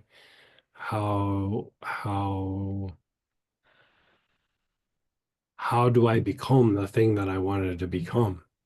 And like for me to go out and like find a job or find somebody to give me an opportunity, it was not happening and was not going to happen. So I started off with just, like finding little areas where I was interested in and just refining my skill set. I wasn't even thinking about like, oh, I'm going to make money at this. I was just like, well, if I'm going to make it in the world, I got to get good at it. Like, I got to have experience. Right now, my only experience is school. And so, um, I would go out and I would seek out like target groups, like, say you want to work with cancer patients or you want to work with athletes. Like for me, I went at athletes right off the bat, because they're very performance minded. And if I could produce a result with them, I could produce it with anybody, so it was about building the skill set. And they'll point blank tell you, yeah, that didn't work. I mean, they'll point blank tell you in a rude way. And so the thing that I just started doing was I would just target different groups, and I didn't charge money. I didn't do anything. I just go out and I'd get good at it, treating that target group. And then, I'd go, okay, thanks. I would always say, just to give it more credibility, which it was kind of true. It's kind of how I started doing research, is like, I'm running this research project, and we want to see how this therapy is done with cancer patients or something like that. I could ask a bunch of questions. They would give me a bunch of feedback. I would refine my skills, be able to produce a result, and then be able to problem solve. And then when I get to a point where I felt pretty good about it, I'd go, okay, we're done. And I'd start to target a different group. But what would happen is a lot of people in that target group would still want therapy. And then all of a sudden I had a base of customers, a base of patients. And, I just did that for a while. And I was already starting to do it a little bit in like while I was getting trained. But like soon as I got out, I mean, I just went, and I mean, I was sleeping on a friend's floor because I couldn't afford, an apartment or anything. Like, I mean, I was all in, and not really making that much money. But over a period of time, it started getting a little better, a little easier, a little better, a little easier, a little better, a little easier. And then before I knew it, I was busy. Like I was busy doing it. But had I put, an office and a sign up and everything like that, I never would have made it. Never. Like I just, you know, I didn't have the base of people to pull on. I didn't have, any of those things. So I would say, do some version of that where, you know, like you kind of throw out the I should, I have to, what are people going to think of this? And you just go, I'm just going to do this for the sake of doing this. And as you're doing it, the things that don't work or that you don't like will kind of fall away, and the things that you're good at and opportunities will present itself. But it's just a lot of little movements through all of that rather than trying to figure out like where to land. Just start walking. Like, just start walking towards a goal and then refine yourself as the opportunities or the difficulties present itself, because it's like what we were talking about before. The difficulties are usually how you learn and grow. And the more you're able to deal with difficult situations, the more you become an expert. And that unto itself becomes the draw. And so some of that is just getting out there and rolling up your sleeves and getting your hands dirty and just doing it for a little while. And so I would target certain groups and just get out there and but if you look at like how a lot of people approach it these days is they'll blast it out on social media, or they'll do email campaigns or whatever, but they usually don't have a lot of experience, and they usually don't even have a lot of clients. But even having dialogues with people and getting on and leading people through something, like say through like a one-on-one session or something, it doesn't even have to be in person. You're still developing that ability. And every person that crosses your path kind of opens your eyes up to like what people are going through and what needs to happen. Like there are these like little adjustments, and like how you say something, or I'll give you an example. As this was much later on. I'd be in front of groups. I was at this Unity church one time. It was a Unity church, and I mean there was probably 80 or 90 people in the room.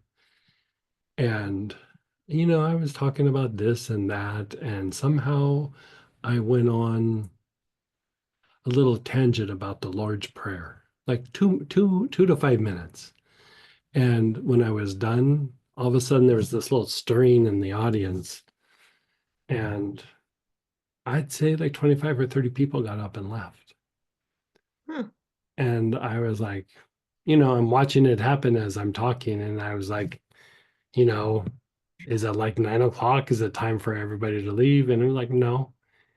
And so, nobody said anything there, just everybody left. And, so I finished the talk and everything. And so I went up to the organizer and I was like, how was it? And she was like, it was good. And, this and that. And I was like, yeah, it was kind of weird. Everybody got up and left.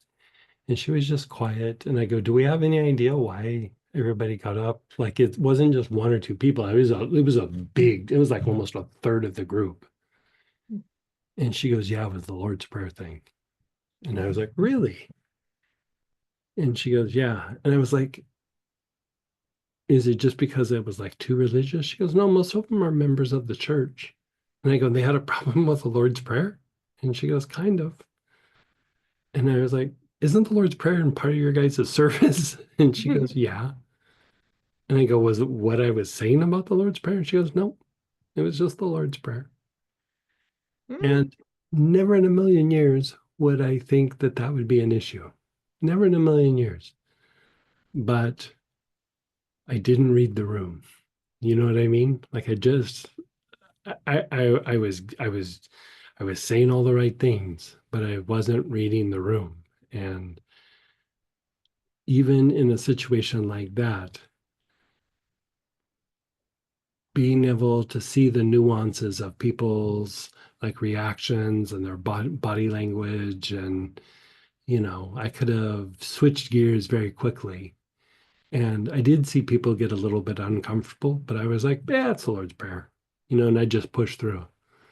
And there's just some things that just experience is not, you can't replace that experience of being able to see people, read people, see it in their eye, because there is like some sort of guidance that kind of comes with it. And the more you do it, the more you'll get it. And so I would say, like, find ways to not even wait for people to come to you, find ways to just put yourself out there. It's the whole idea of having like a little clinic, or even clinics. This is what I used to say like so long ago, is like clinics are still, we're waiting for people to come to us.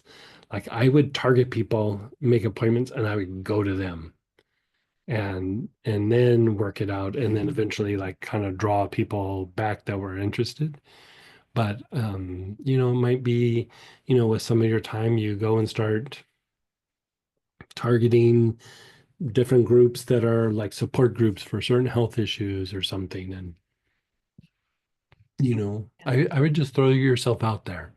For me, I started with athletes, but that's because I had some experience in that area. It doesn't have to be Oils athletes. at that time, because I feel like a little more, oils could be seen a little more Yeah, mainstream. But I feel like if I call sort of a conventional or mainstream group and say I want to practice energy healing, I just I kind wouldn't even do that. I just show up and start interacting with them, and then go, yeah, yeah, I do this the energy of a lot thing. of extroverting, Greg. I don't know.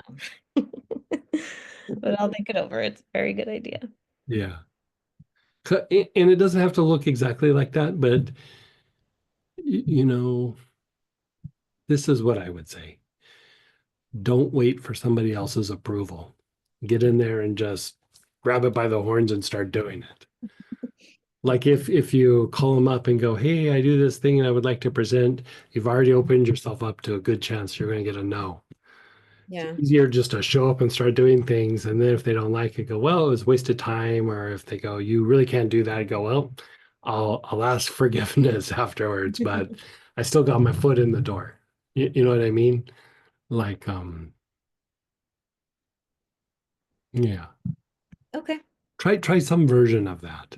Okay. It is uncomfortable. I hear what you're saying about that. It is a bit uncomfortable, but at the same time, like you said, you have this skill set, and sitting at home is also uncomfortable. So, Yeah. you know, I'd choose the one where there's a greater possibility of you getting to do what you want to do. Yeah.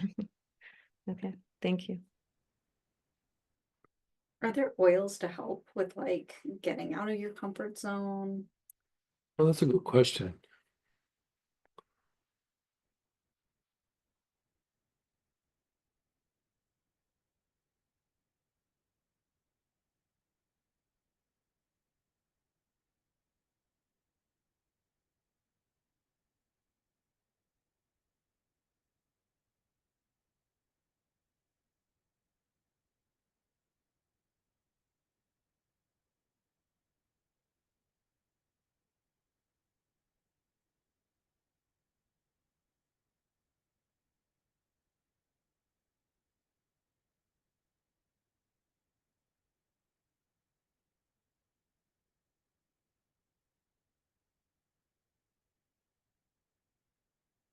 Megan, are you still there? Yeah. So remember when we were talking about doing stuff with one of your kids, and we were talking about like being able to redirect them, and I had you use African bluegrass? Yeah. Try that with yourself. Like try, like Samantha just said, is there something that helps you to like kind of step out of that and step into something that's uncomfortable? Okay. Um, That African bluegrass might work. Myrrh might also work, but I know you have African bluegrass. So why don't you try the African bluegrass? Okay. Like inhale it, do materialization breath, like think of different, scenarios or groups that you might want to, or just going outward and do the materialization breath with the bluegrass. Okay. Yeah. Cool. Thanks. And then we have some chat things as well. Mhm. Though your talk with Megan had all sorts of things running through my head to ask, but let's get to the stupid stuff. Would the full moon have an effect on her dreams? Referring to back when Linda was sharing earlier. Yeah. I mean, it definitely could have an impact on the dreams, but I would say it's probably a good part of what she was describing was probably the blend itself. But definitely the full moon would definitely magnify dreams. Yeah.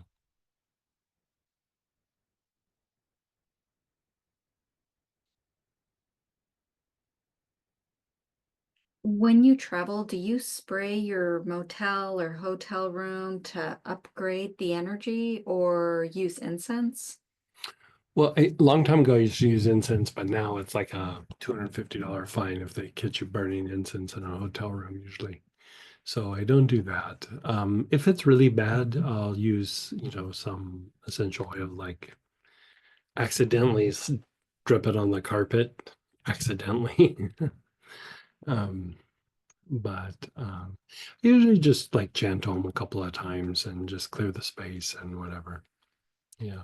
In the old days, I used to really spray everything down and everything, but I would say like I didn't want to get too fanatical about it. And so I do it when I need to, but I don't do it just as a habit, if that makes sense. Like there's times where it's like, ugh, and you gotta spray it down. But if I walk in and it's not too bad, I just chant home a few times, clean up the space and call it good.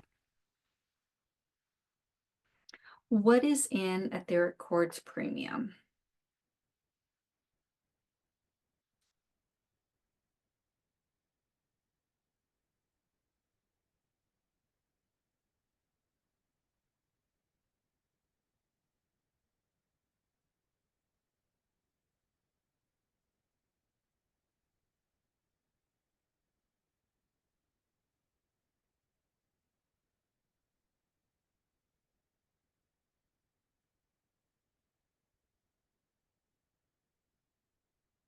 Um, Jasmine, African bluegrass, rose absolute,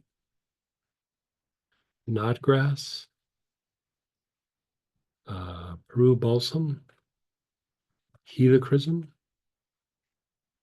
cistus, marjoram, and ironbark eucalyptus.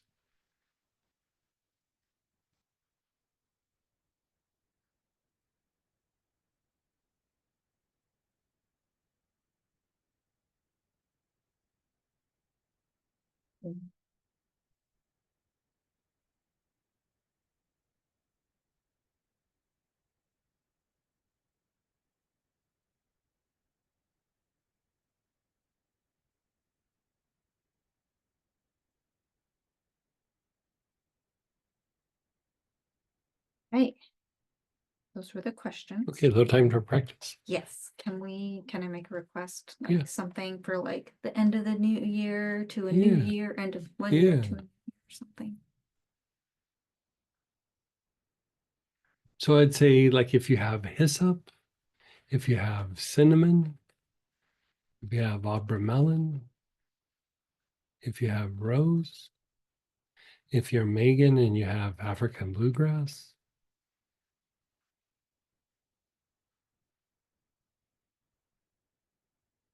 aloes would work. Even mugwort. Mugwort could work.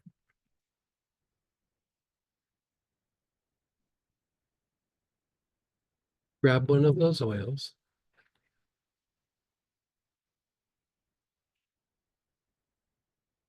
And just reflect, reflect on what you would like to bring in for the new year.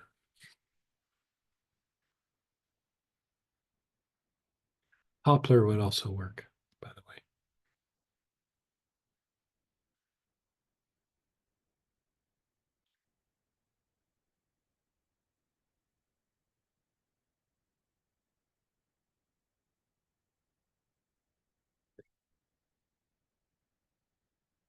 Okay, so you're reflecting on what you'd like to bring forth into the new year.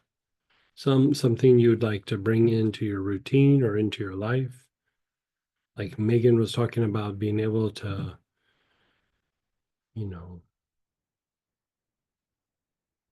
use her time doing things that she feels drawn to do or to make a living, generate more revenue, but still in the things that she likes to do, not just going and getting a job at some place, but doing the things that she loves and has the skill set for.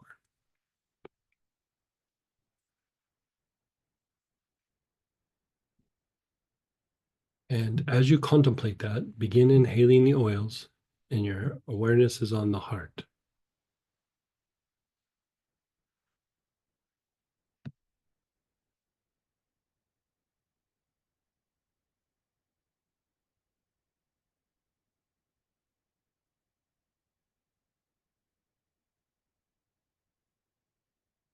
Keep inhaling.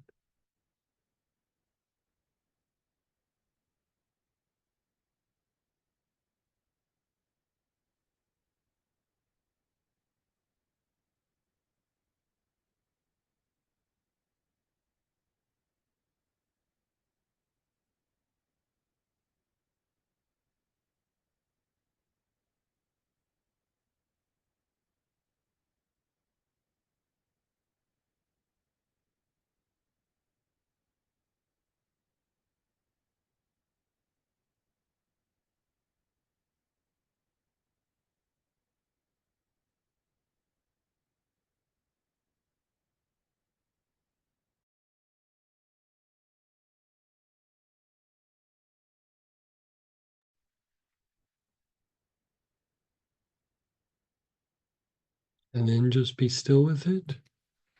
Your eyes are closed, just let go for a moment.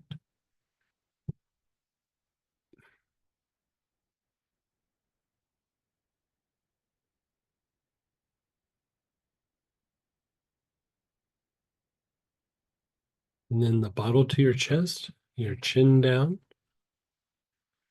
We're going to do the materialization breath. So inhale, hold your breath, up, exhale. Down, inhale, up, exhale. Down, inhale, up, exhale. Down, inhale, up, exhale. Down, inhale, up, exhale. Down, inhale, up, exhale. Down, inhale, up, exhale. Down, inhale, up, exhale. Just be still.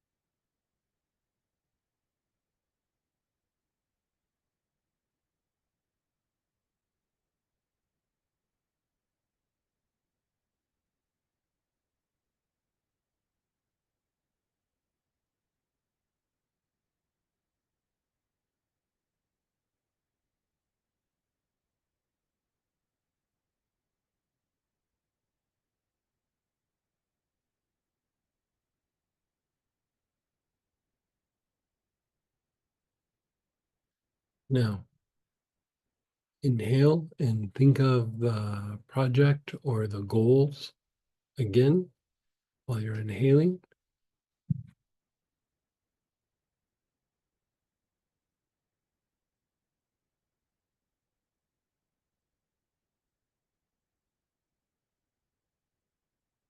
Continue to inhale.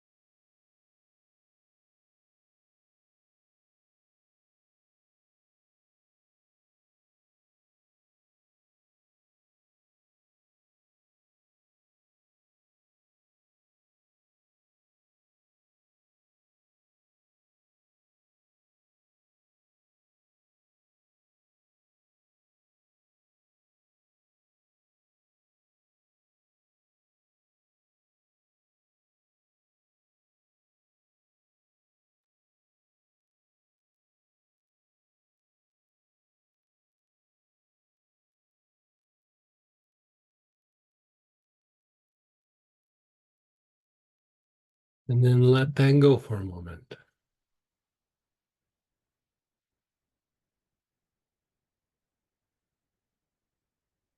Let's do it again, but instead of on the heart, your awareness is on the left side of your body, but just from the hips down to the bottoms of your feet. The left side from the hips down to the bottoms of the feet.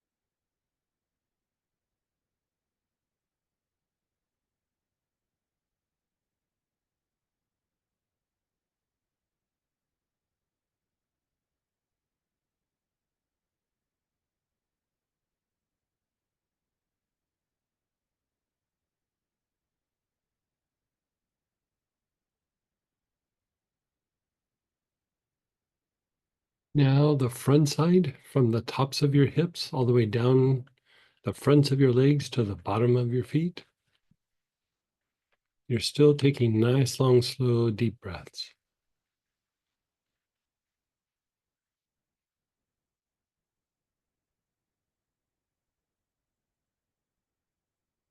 How does that feel?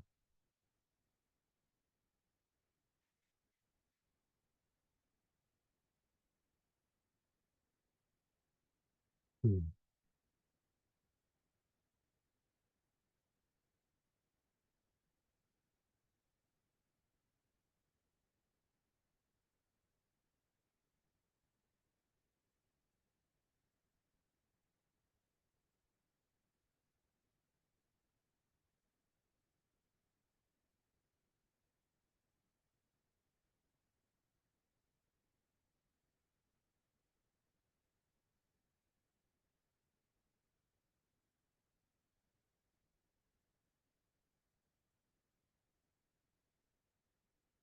The right side of your body, from the tops of your hips all the way down to the bottoms of your feet.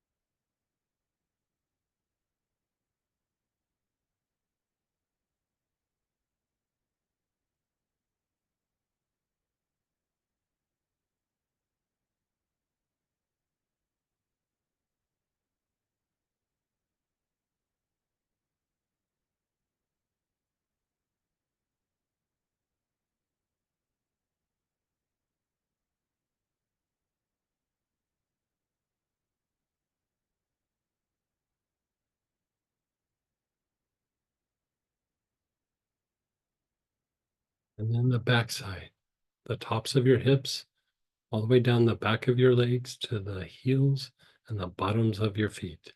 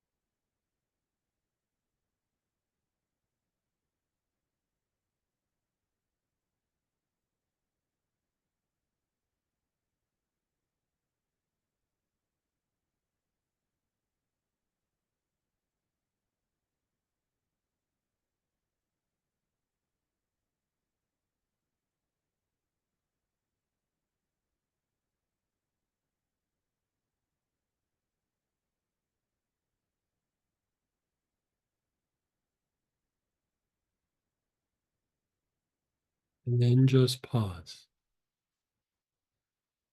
Just be still.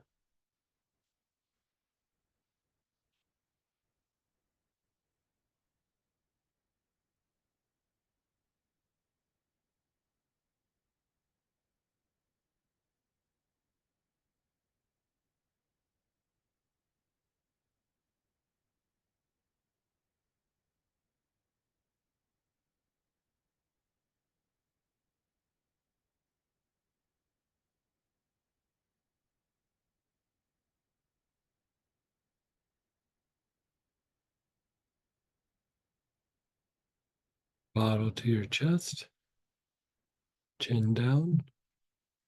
Let's do 8 or 9 of the materialization breaths.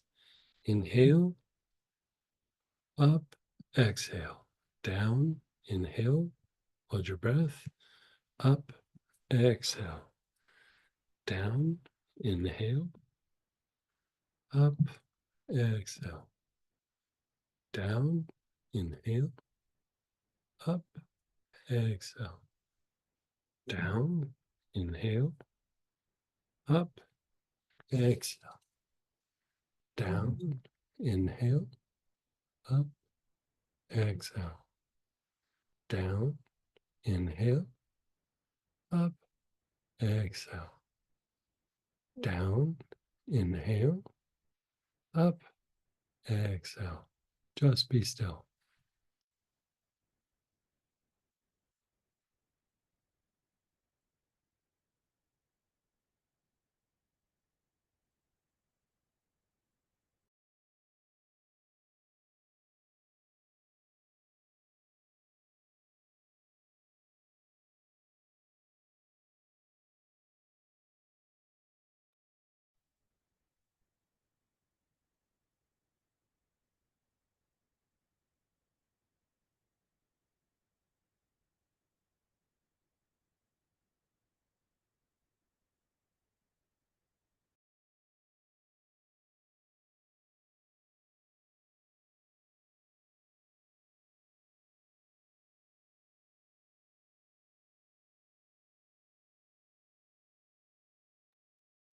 Your awareness is on the brain.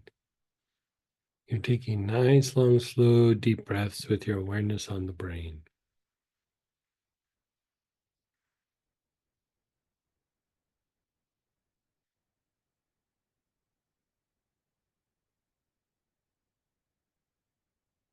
And keep inhaling on the brain. And as you do that, I'm going to do a little bit of mantra.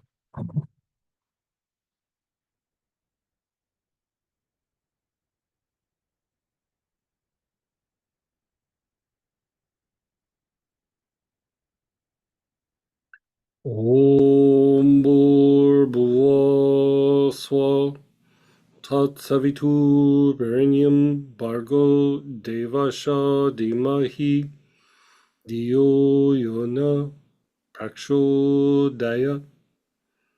Om.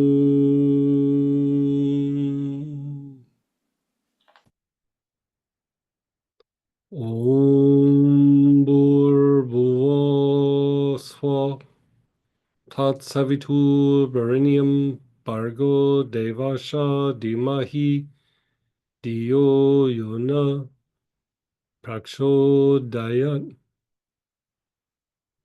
Om.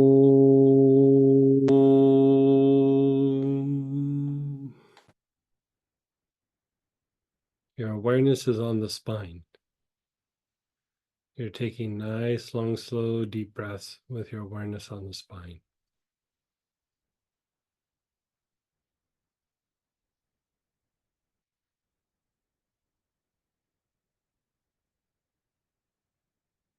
Om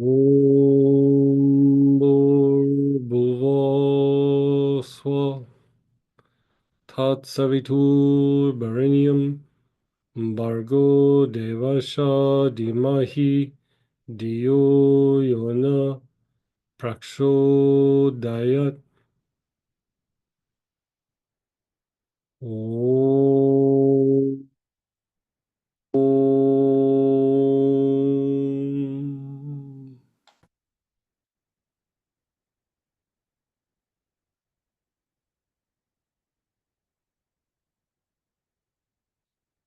Om Bhurбhuva Swa Tat Savitur Berenium Bargo Devasha Dimahi Dio Yona Prakshodayat. Om.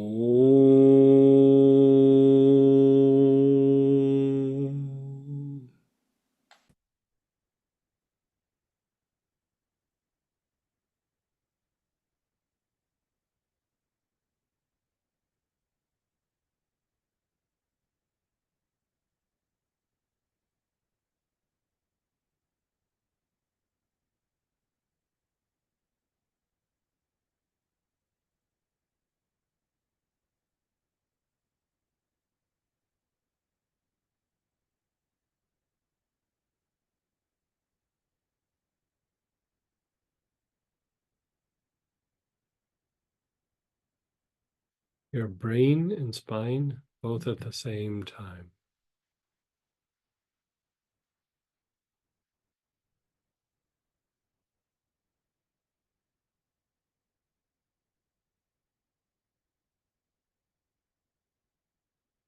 Om Bhurбhuva Swa Tat Savitur Berenium Bargo Devasha Dimahi Dio Yona Prakshodayat.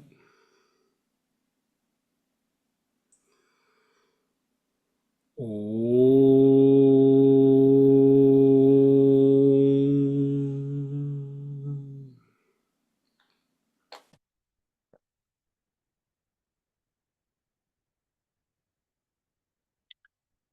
And your awareness is on the brain and soles of your feet.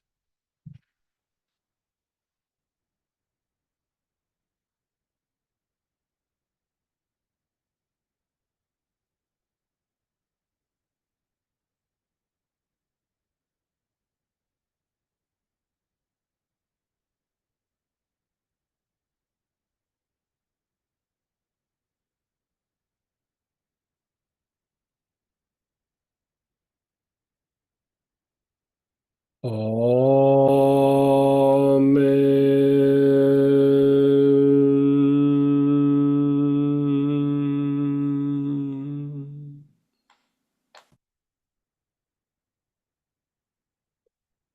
Amen.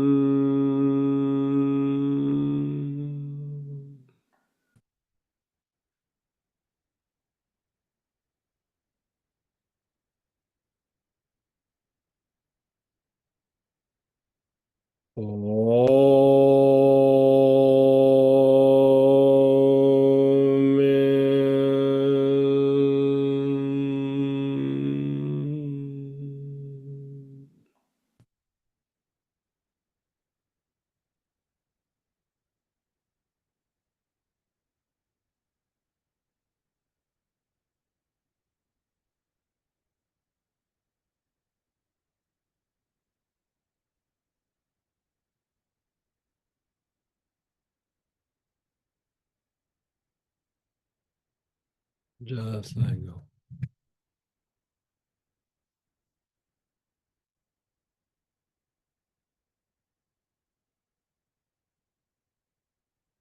We're going to slip on over to the prayer petition blessing with Astara. We're posting the link. I hope you can join us, and if you can't, Happy New Year. We have 2 classes that we're reviewing this weekend. If I don't see you on the weekend, maybe we can see each other again next Tuesday. So